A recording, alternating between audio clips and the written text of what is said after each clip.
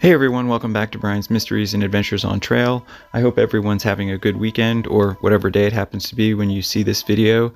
Today's video is going to be a little bit different, and I do have some information and some announcements at the end of the video, so please stick around. I know a lot of you aren't interested in that kind of thing, so I'll save it to the end. Today we're going to be talking about various hikers' scariest moments on trail, including myself, one of mine. Now, I just wanted to preface this video by saying that some of these cases ended up in the news, so I have more information on. Most of them were just shared on hikers' blogs or Facebook's groups, things like that. So, if they're not true, don't blame it on me. These are just stories that have been posted on various blogs and things like that. In many of these forums, people just use their first name or their trail name. So take these stories however you want. I would love to hear from you guys. Tell me one of your moments on trail that you'll never forget. It doesn't have to be the scariest or just something that you'll never forget, something that happened. Definitely leave me some comments. With the first case, I'm sure a lot of you are probably familiar with or have heard of this story. It takes us back to Sequoia National Park to 1975 when Michael McQuilkin, he was 18 years old at the time, and his brother Sean, who was 12 years old, and their sister Mary, who was 15 years old at the time. They were climbing Morro Rock. They were just kids, they were just hiking along. They were going up to the Granite Dome.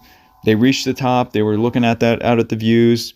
Then all of a sudden, the sister noticed that her two brothers' hair was standing straight up. At the time, they just all started laughing. They thought it was hilarious. The sister actually got her camera out to take a picture. She noticed that when she did that, the ring on her finger began to buzz or vibrate so loudly that people could hear it almost like an instrument. Here are the two brothers, and this is a very famous picture. However, right after taking the picture, they all noticed that the temperature dropped dramatically. Then really large size hail began to fall, so they immediately were trying to get off the mountain, but they didn't really make it that far when a huge bolt of lightning came crashing down. We don't know whether it hit right near them or one of them. They were all knocked down. However, they all lived, they all survived. One of the brothers had a little bit more serious injuries than the others. However, they all went on to lead normal lives for the most part. All the siblings were saying that they still love the outdoors, and this photo been used over the years as a warning to hikers that if you ever experience something like that, your hair standing up, things like that, to seek shelter, obviously not under a tree. If there is no shelter, you just want to get as low to the ground as possible with as little of your body touching the ground as possible. The next story was posted by a couple on a PCT forum. This couple had attempted to hike the Pacific Crest Trail in either 2018 or 2019. However, they needed to get off because of a slight injury. They decided to make good of some of their time out west, and they went to Six Rivers National Forest. Janice and Jake, aka J&J, had been married for years. They loved hiking together. They also were really into Bigfoot and things like that. And apparently up there in this area, there's this pretty extensive museum of a Bigfoot collection, and that was on their agenda to do. The first day they wanted to hike the High Dome Trail, and I've gotten mixed reports, but this trail isn't that long. It's between 5 and 10 miles, but apparently it's on the more difficult level, and it's rugged. It's all going uphill. When you get to the top, there's just awesome views of the Pacific Ocean. About halfway up the trail, Jake had to use the restroom, so he stepped off the trail for what he said was literally less than 2 minutes. He came back to the exact spot that he had left Janice, and she was no longer there. So at first he didn't panic. He just thought that, she realized that she had to use the bathroom while they had stopped. She might as well go. He waited there for another 5 minutes. After failing to return after that amount of time, he became even more alarmed when he saw her footprints that seemed to go in a circle, then lead off into the woods. So he was pretty sure that she didn't go up to the dome without him. He started realizing that most likely she had had a seizure. Now, Janice did suffer from epilepsy in the past, however, she had been on medication for years. According to what Jake wrote in his account of this story, she had not had a seizure in almost 4 years. However, he did know that if this was what happened, he knew he had to find her right away, because when someone has that kind of episode, they become very confused, very disoriented for especially the first 5 to 10 minutes when they come out of it.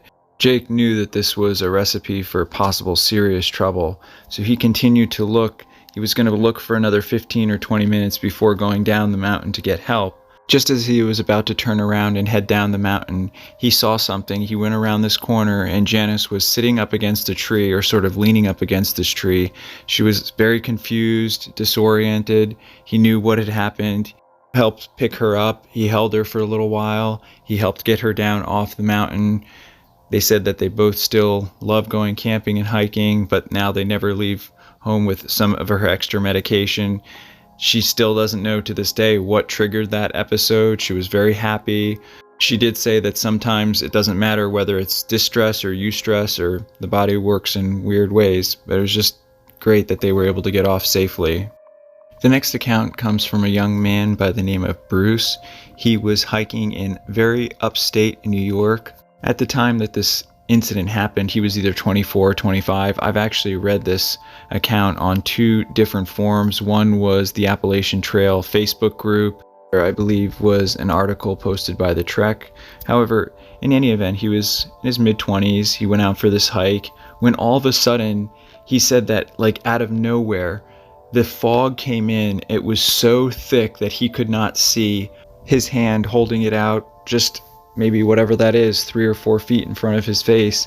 He was in sheer panic mode because the trail was very dangerous where he was. He couldn't see at all. He was running low on water because the water source he was planning to use was from snowmelt, I gather. It was hard to understand parts of the story, but the next morning when he woke up to this fog, that water source, that little stream, was totally gone. It had just dissipated. So he started making his way through this mountain in this crazy fog. Within a couple feet, he had stumbled, he had fallen. At one point, he came very, very close to sliding all the way down off of this ledge. He said that it was just by the grace of God that he was able to grab onto this one branch and then use his trekking pole to help pull himself up. Unfortunately, he did injure one of his legs at this point, so he just decided to make camp. He figured he would just wait out the fog. He didn't think it could last more than a few hours, which is what he did. However, when he woke up, it was still pretty foggy. He still was scared. His leg was pretty banged up. But he said he just started walking after he packed up camp. He thought he heard what it sounded like a road. Now, he knew that there were roads in and around the area that he was at, but because of this fog, because he was dehydrated at this point, he was very disoriented. He also had only had one bar, some kind of nutrition bar, because he hadn't planned to be out for that long. Finally, luck was on his side. Just as he was coming out of this huge pine forest, lots of shrubs and brush, a car was driving by. Just so happened that he came out right in front of the car. If it had been a second later, the car would have been into the fog and would never have seen him because he would have been behind it. He said that so many factors had to come together. The fact that it was so foggy, the car was driving very slow, and he came out right at that one moment. He said that this is one of those things that was one of the scariest hiking events he ever experienced. However, he thinks about it all the time because he feels like he was so lucky that despite being a very scary event, things came together so that he was able to get out safely. This next story happened in the great state of Montana, Big Sky Country, sometime in mid-fall of 2018. Now, this young couple, Trisha and Andy, they had been hiking in and around the area and all over America during the summer, visiting many national parks, all kinds of hiking and camping. However, they really wanted to go to Montana. One of their friends from college was living there. He had a small ranch. He was helping another friend with his ranch. So in late August, they headed out to join their friends at this ranch. They celebrated Labor Day. They apparently had a great time. The friends showed them around, gave them some information on some trails to hike. Of course, they also gave them some warnings about the wildlife, especially the grizzly bears, because he said that they would be getting ready for hibernation and most likely be foraging a lot more. Their friends, however, gave them each a can of bear spray, gave them some tips, but Trisha was immediately spooked. She looked at Andy and she said, "There's no way I'm going anywhere, that there might be bears and there's not a lot of people around." Of course, Andy said, "That's fine. We can go exploring together and then you can go back to the house and hang out, relax, and I'll do this trail that John recommended by myself. It's only about 5 miles." Now, when John told him about this trail, he kind of jokingly said, "Now watch out for mean, scary bear." Andy said, "What's a mean, scary bear?" And John said, "Mean, scary bear is a bear that roams around that area. He's the alpha, and he's very mean and scary, and he will bluff charge you. Just if you see this bear that's really dark in color with his head down, just kind of go the other way and don't look the bear in the eye." So Andy was like, "What are the odds of me seeing this bear?" I'm sure many of you have already guessed what's coming. So when Andy got to the point of the trail that crosses the little stream, he looked up, and sure enough, there was what he believed to be was Mean Scary Bear, especially after Mean Scary Bear jumped into the water a little bit, did a small bluff charge, then sort of like put his ears up and his snout. And Andy was familiar with bears, so he knew that this was not a good sign. He didn't know what to do. He got his bear spray out. However, unfortunately, in his panic, he somehow broke, or the little protective cap that's on the top, it was jammed, was basically useless at that point to him. As he stood there trembling in fear, he kept his eyes not directly on the bear, but in that general direction so he could see what the bear was doing. And he says, and I got to tell you, I laughed when I read this. He said that, "I swear to God, Mean Scary Bear looked like he was laughing at me. He had his mouth open, and he looked like he was laughing at me when that bear spray broke." Thankfully, at this point, Mean Scary Bear turned and walked away and didn't bother Andy.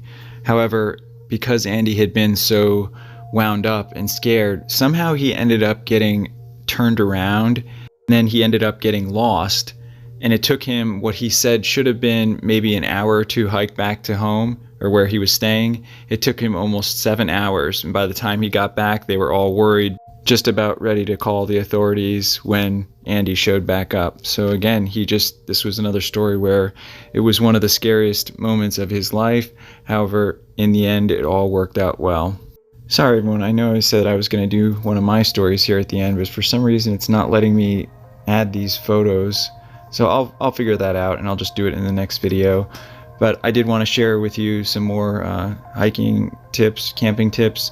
One of the big things is you never want to skimp on your sleep system. Make sure you have a comfortable sleep system that is a quilt or a sleeping bag and then a pillow. Now I use a quilt by LocoLibre Gear. You can see they're a very, very unique design. These are called chevron baffles, which basically eliminates down migration. I'll have a link to his site in the description. He's a wonderful guy. His name is George. These are all handmade. He hand sews all of them. It is by far the warmest quilt that I've ever found, and that baffle design is just purely genius. I have no affiliation with this company. I've tried many quilts and sleep systems over the years, and this is just the one that I found works best for me. I want to thank you all for watching. Thank you all for all your wonderful support. Special thank you to co.ag for providing the background music. I'll see you all in the next one. Take care. Hey everyone, thanks for sticking with me to the end. I hope everyone's doing well. I am working on a couple different cases right now, so it's just taking me a while to get the research together. I'll have those up for you shortly. Getting back to some of what I was talking about with your sleep system, or if you are going to do a long distance hike, I know the trend right now is to get lighter and lighter on your pack weight.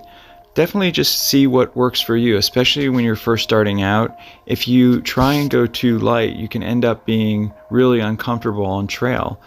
And you're going to see a lot of different videos, people saying, "Oh, this is the best, this is the best." You could end up driving yourself crazy buying, all this different gear that you don't even know will work for you.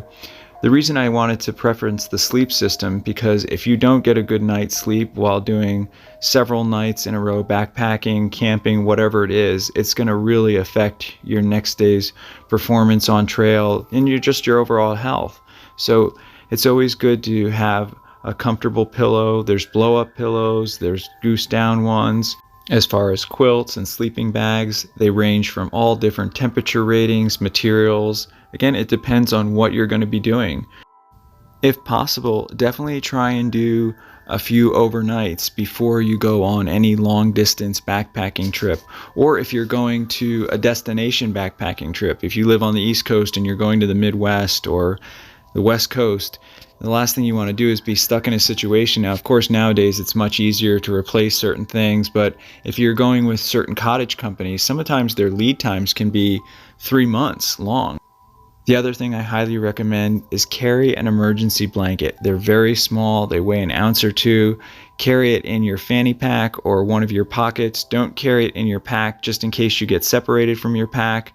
You'll have it with you. It's great for blocking the wind. You can use it as a signal if you're trying to signal someone. It's also, if you're a really cold sleeper, you can put it under your sleeping pad and it'll bump up the R value of whatever sleeping pad you're using by sometimes up to 5 degrees. Alright everybody, thank you all for watching. I look forward to all your comments and any suggestions. Like I said, I'm working on some new case videos, so I'll have those up soon. Take care.